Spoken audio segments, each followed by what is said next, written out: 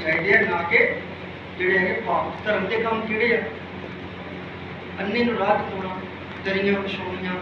church 'ਚ ਲੋਕਾਂ ਨੂੰ ਲਿਆਉਣਾ ਲੋਕਾਂ ਨੂੰ ਦੱਸਣਾ ਪਰਮੇਸ਼ਰ ਦੇ ਬਾਰੇ ਇੱਕ ਦੂਸਰੇ ਦਾ ਭਲਾ ਕਰਨਾ ਇੱਕ ਦੂਸਰੇ ਦੀ ਸੁੱਖ ਇੱਕ ਦੂਸਰੇ ਬਾਰੇ ਸੋਚਣਾ ਇੱਕ ਦੂਸਰੇ ਦੀ ਦੁਆ ਕਰਨੀ ਠੀਕ ਹੈ ਨਾ ਇਹ ਧਰਮ ਦੇ ਕੰਮ ਹੈ ਜਿਹੜਾ ਧਰਮ ਦੇ ਕੰਮ ਕਰਦਾ ਹੈ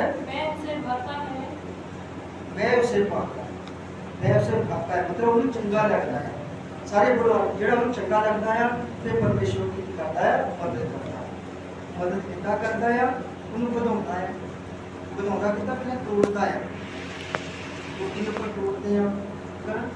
ਜਦ ਤੱਕ ਕਰਦੇ ਆ ਸਾਨੂੰ ਥੋੜੇ ਕਸ਼ਟ ਆਦੇ ਪਰ ਉਹ ਜੋ ਵਾਦਾ ਹੋਣਾ ਸਾਰੇ ਬੋਲਣ ਵਾਲੇ ਇਹਨੂੰ ਹੀ ਹੈ ਠੀਕ ਹੈ